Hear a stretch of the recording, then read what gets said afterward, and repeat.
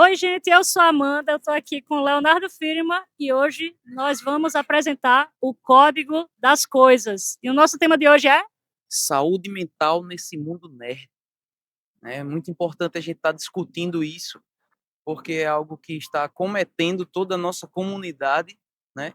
Então, a gente está trazendo aí esse tema para poder a gente falar também a partir de conceitos da semiótica, da filosofia, trabalhar coisas assim mais acadêmicas, que às vezes a gente está muito nesse lúdico, muito se divertindo demais e falta tempo para contemplar essas coisas. E aí esse espaço aqui entre amigos, né? Porque somos pessoas que gostam disso desde criança, né?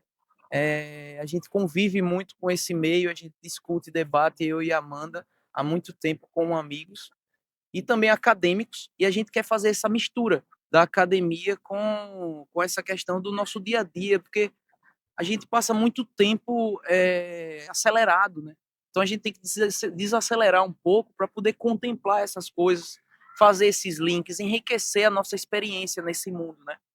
Então eu acho que a vida da gente vai ficar mais divertida com a ideia de a gente conhecer mais a fundo aquilo que a gente convive nessa comunidade tão rica que é esse mundo nerd, né? Esse mundo geek que a gente convive, que a gente participa desde de pequeno, desde criança. com certeza. E isso tudo surgiu quando, em uma conversa assim, É, de forma muito informal, a gente começou a comentar o quanto que a gente está ansioso com a quantidade de coisas que a gente absorve e que são jogadas para a gente, né? Como entretenimento e que a gente não consegue dar conta não de consegue tudo. dar conta. Essa conversa partiu de um desabafo da Amanda, que a Amanda desabafou na questão de dizer assim, eu tô muito, é muita informação para se consumir, porque eu disse, o seu irmão, o Carlos, ele me deu, eu falei, né, ele me deu a senha do Crunchyroll. E aí eu tava assistindo e aí eu tava assistindo e tava vendo que tem muitos animes, né? Muita coisa pra gente consumir que dá uma certa agonia, né? E você não consegue assistir tudo ao mesmo tempo. Aí eu conversei falei isso pra Amanda e a Amanda disse assim: tem animes lá que eu comecei a assistir e parei porque eu não consegui ter tempo para poder contemplar a coisa direito. Então, essa quantidade de informação, né? Essa quantidade de coisas que a gente tá vivenciando tá deixando a gente mais ansioso, tá deixando a gente assim em busca de informação, mas não conteúdo, porque existe a diferença entre informação e conteúdo, né? Você pegar partes de um todo não faz você entender esse todo completamente, né? Então essas informações, assisti 2 episódios só, eu não consigo analisar, não consigo contemplar toda a estrutura que o autor criou para aquilo ali. Então a gente precisa ter essa consciência de que nesse mundo nessa maré, nessa correnteza de informação, a gente precisa dar uma parada e olhar para os nossos pés, né? Precisa olhar para, peraí, eu tenho que estar aqui um pouco mais no presente para poder contemplar mais esses significados que me são dados, né? Mesmo nesse âmbito do lúdico, do lazer e tal. Em contrapartida, como tem a gente, né? Em contrapartida, como tem a gente que está querendo realmente contemplar, aproveitar tudo aquilo ali, tem gente que maratona 1, 2 temporadas em um dia. Então, assim, é o paralelo, né, das duas realidades assim, que a gente vive hoje em dia. Isso, esse paralelo também, assim, esse paralelo de ter duas pessoas diferentes, dois hábitos diferentes, né? Tem aquela pessoa que contempla só aquilo ali, que se fissura naquilo ali, foca totalmente naqueles episódios, e aí ela perde os outros que estão. E muitas vezes, quando ela perde os outros que estão sendo streamados também, que estão passando, ela é meio que excluída das conversas, né? Porque, tipo, ela tá muito focada em um só. Aí, tipo, tem um grupo de amigos, por exemplo, conversando, aí a pessoa começa a falar, eu amo Demon Slayer, sei lá. E aí começa a falar disso, o grupo começa a falar disso. Mas você viu também só Leveling? Você viu também que um sistema novo de RPG? E aí ela se isola dessa conversa. E aí isso aí leva ela também a uma sensação de exclusão. Aí ela às vezes fica nessa resistência e nessa ideia de resistência não, nessa ideia de tipo, e agora o que é que eu faço? assiste os outros também, consumam essas outras coisas também para poder ter esse network, porque no final das contas, o que a gente realmente necessita é de aprovação social. Todos nós precisamos, por mais isolado que você seja, né? Por mais isolado, assim, mais introspectivo que você seja, o ser humano ele necessita de sociabilidade, ele necessita ser reconhecido. E a partir do momento que você consome esses significados de um determinado objeto, de um determinado fenômeno, você quer conectar esse objeto para dar luz a isso, para dar valor a isso, para dar credibilidade e dizer assim, olha, eu acredito, o outro também. Então, isso que eu acredito tem credibilidade, né? E aí essa conexão é o que faz você a ser fiel ao que você acredita. Então, se você não consegue se conectar com as pessoas, você se frustra. E esse sentimento de frustração leva à ansiedade, pode levar à depressão, né? Muitas pessoas, inclusive, utilizam da lógica desse mundo nerd como uma condição de escape, de escapar daquela realidade, de escapar daquele, sei lá, de um conflito familiar, de um relacionamento que termina, né, de uma falta de amigos, né, e ver na caracterização das personalidades dos personagens, né, criados nesse mundo virtual da imaginação, né, ver isso como um escape e uma conexão, tipo assim, pô, o Tanjiro é meu amigo, tá ligado? Tipo, eu não tenho amigos na realidade, mas a galerinha lá do Jujutsu são os meus amigos, eu admiro eles, eu quero ser como eles e tal.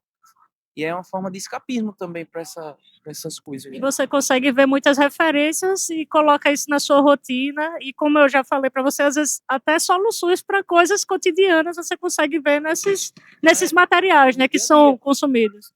Porque também os autores que criam a da Poba Serena, cachorro tá cola, assim. Doidara. Porque é, porque o que é que a gente tava falando? Eu esqueci agora. A gente estava falando de você conseguir colocar isso dentro da sua rotina. Você vê, consumir esse material Sim, e conseguir colocar isso. porque assim, os autores que criam essas produções, né, que a gente vê os animes, as HQs, eles se baseiam em comportamentos humanos, não é o contrário. Porque nós que somos consumidores daquilo, né, a gente acredita não é que a gente é mais influenciado pelo produto já em si, né? Tipo, eu sou influenciado pela personalidade do Batman. O cara que criou o Batman, o cara que criou. De novo, meu irmão. O cachorro tá possuído pelo demônio, velho. O cara que criou os personagens, né? Ele observou, né? Geralmente esses autores, esses roteiristas, eles têm uma empatia, uma acessibilidade para com o mundo. E aí eles absorvem essas coisas e jogam nos seus personagens. E aí, se não me engano, é Bob Kane, né? Que fez o Batman. Bob Kane e outro cara. Robert Kane. E aí não veio agora o nome na cabeça direito, mas é por observação na questão dos estereótipos, observação do comportamento humano. E aí ele joga isso nos personagens. E aí, esses personagens, tendo esses signos familiares, essas significações familiares, a gente se conecta com eles. Top. Pessoas hiperfocadas do seu mundo passam na frente da câmera. E aí, essas conexões vêm da partir de uma criação anterior, né? A gente pode falar, inclusive, da questão dos vilões, né? Quando aí já é outro assunto que a gente pode trabalhar mais em outros episódios. Mas, tipo, o que é ser vilão e o que é ser herói? Dependendo da cultura, dependendo do cenário, uma pessoa pode ser vilão para um indivíduo e outra pessoa, essa mesma pessoa pode ser herói para outros, dependendo da causa que ela defende, né? Então, a partir desses significados que são colocados é que a gente faz essas conexões. Então, aí eu estava falando sobre essa questão das construções, das características dos personagens que influenciam a gente. E aí, essa influência, ela pode ajudar a gente ao autoconhecimento, a questões de conselhos sobre a vida, né? Um personagem ele pode ensinar muita coisa para a gente, porque esse personagem é a personificação de diversos estereótipos humanos. Então ele pode aconselhar, ele pode passar uma sabedoria massa pra gente, porque ele é um caldeirão de informação, né? Pois Que o é. autor viu. Aham. E aí eu me coloco assim, quando você coloca dessa forma, eu lembro do quanto que eu consumi Harry Potter, por exemplo, que é O algo Harry Potter que me afetou assim da infância até hoje. E o que é que acontece? Eu conseguia ver na personagem da Hermione Granger um pouco por mim. Assim, uma menina que gostava de estudar pra caramba, super curiosa com tudo do mundo, mas que tinha uma certa dificuldade com amizade. com amizades. E aí foi quando ela encontrou os dois amigos, né? Inclusive, no começo ao meu ver, assim, a gente pode perceber que existia uma certa exclusão dos melhores amigos dela também. Também. Eles Porque faziam meio que um bullying porque ali. ela provoca um estranhamento, né? É. Porque ela, tipo, é super dotada, né? Ela, tipo, tem uma eficiência na contemplação das coisas muito maior do que o padrão, né? Isso. E aí, perto de uma pessoa dessa, você pode vir, né, a ser considerado, pode vir a ser percebido ou se perceber como burro, né? Perto de uma pessoa que tem esse poder, né?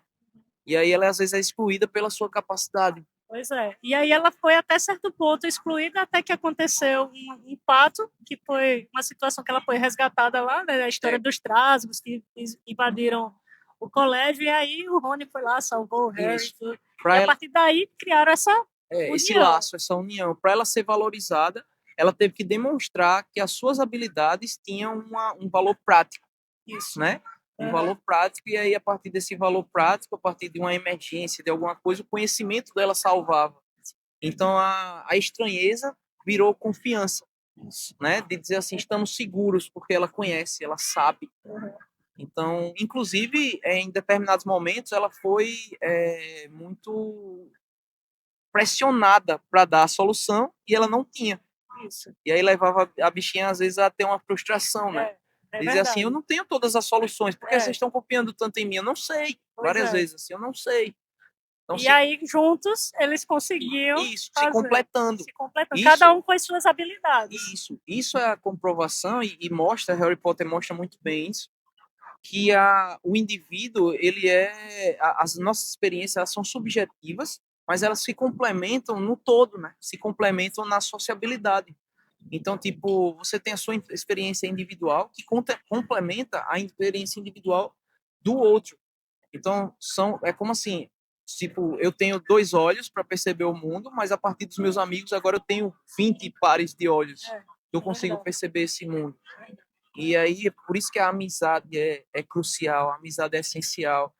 O consumo do olhar dos personagens que a gente percebe, que esses personagens são vistos como amigos também da gente, é crucial para o nosso entendimento do que é o mundo também. Porque são diversos olhares, é o que a semiótica ensina, né? É o que a semiótica ensina. O objeto que você está, a vida, né? O que seja, o que você está analisando, ela se torna mais rica a partir da absorção de vários ângulos no processo. E quem consegue, nós somos limitados, não conseguimos perceber o objeto como todo sozinhos. Precisamos do outro para contemplar aquilo em todos os ângulos, né? Na sua totalidade. Na sua totalidade. Por isso que acredito que vocês podem perceber isso, né? E por isso que a gente dá tanta importância à comunidade, né? As pessoas que têm esses signos familiares em comum, essas características em comum. Eu não sei se vocês percebem isso ou se vocês também percebem a importância dessa comunidade, Acredito que sim, né? Eu acredito que sim. Às vezes de forma meio sutil, não tendo consciência, mas de certa forma consegue perceber isso. E aí fica um questionamento assim, o que é que vocês acham ou o que é que vocês conseguem perceber, né, que essa questão assim dos heróis, vilões, por exemplo, uma pessoa pode gostar muito, como a Amanda gosta muito da Hermione, e outra pessoa diz assim, a Hermione é uma chata. Acho, inclusive, que a Hermione é que coloca eles em apuros.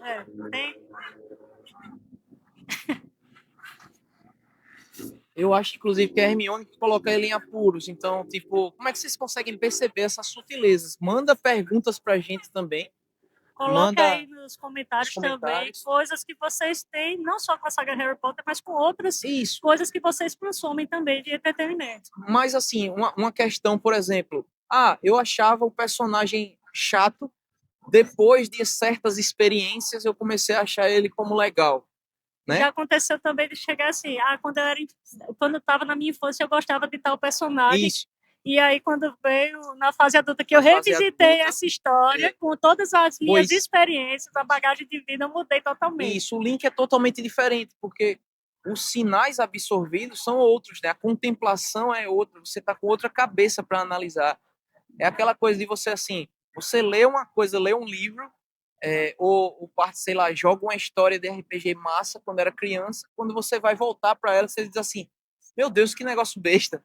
Ou que coisa que não ensina nada isso, ou não tem nenhum fator decisivo de diversão para mim, sei lá. Mas depois, ou ao contrário, né? Você diz assim, nossa, eu li esse livro quando era criança e não me toquei o tanto de informação que isso tem, que eu consigo perceber, né? Pois é. Isso aconteceu muito comigo com O Senhor dos Anéis, por exemplo. Sim. Eu li quando era criança O Senhor dos Anéis, muita coisa eu não entendia, de coisas assim, de fatores de amizade, de comunidade, de vilã, o que é a vilania, que pode ser entendida como uma ambiguidade sobre determinadas ações, né? Vítimas da sociedade, dominação, manipulação. Você entender que o personagem ele chegou naquela vilania porque ele passou por traumas. Por traumas. Né? Você é criança, você só odeia o cara e pronto, tá ligado? Você não... É como se ele não tivesse propósito, ele só é mal. Mas você, não é, ele teve todo um histórico de traumas para chegar naquele resultado. Exatamente. É esse histórico de experiências que faz com que ele se torne aquilo, né? Com que ele perceba o mundo daquela forma. A gente pode ir muito no budismo, né? O budismo ele diz assim que não existe, o passado já passou, o futuro não existe, o que existe é o hoje. Só que o hoje é construído a partir desses traumas, dessas experiências, desses valores que você tinha anteriormente. E esse construto que a gente está presente no hoje consegue contemplar o que pode vir a ser. Só que se a gente se agarrar em um ou outro, a gente fica ansioso, a gente se frustra. Então a gente tem que perceber o que a gente se tornou no hoje. Outra pessoa focada.